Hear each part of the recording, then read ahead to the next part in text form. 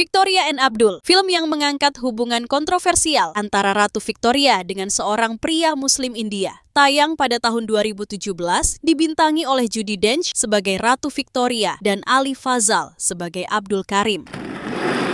Abdul Karim adalah seorang Muslim India yang diutus ke Britania untuk mempersembahkan mohur kepada Ratu Victoria, lalu diangkat jadi pelayan pribadi sang ratu di istana. Selama di Britania, Abdul dan seorang Muslim India lainnya bernama Muhammad kerap dipandang asing dan sebelah mata. Untungnya Abdul memiliki satu teman spesial, yaitu sang ratu.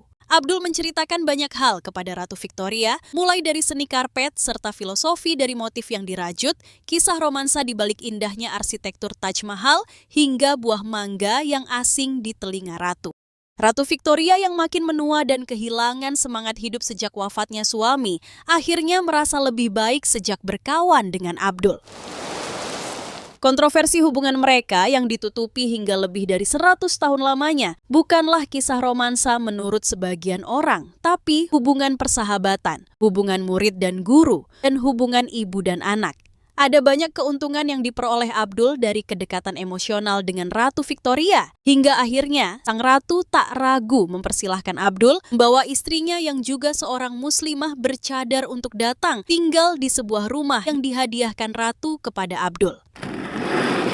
Salah satu bagian menarik dari kisah mereka adalah klaim bahwa Abdul berhasil mengubah pandangan Ratu Victoria dengan nilai-nilai Islami. Semua dimulai dari bagaimana cara Abdul memperlakukan ratu. Sebelumnya ratu terbiasa mengikuti agenda yang dijadwalkan oleh kepala rumah tangga istana, mulai dari pertemuan penting hingga urutan jamuan yang harus dicicipi ratu. Berbeda dengan cara Abdul melayani, Abdul mengenalkan ratu tentang kebebasan yang menyenangkan, namun asing bagi penduduk istana. Abdul tidak semata memposisikan ratu pada kedudukan tertinggi, tapi juga mencerahkan ratu tentang kebijaksanaan yang berkaitan dengan otoritas yang dimilikinya.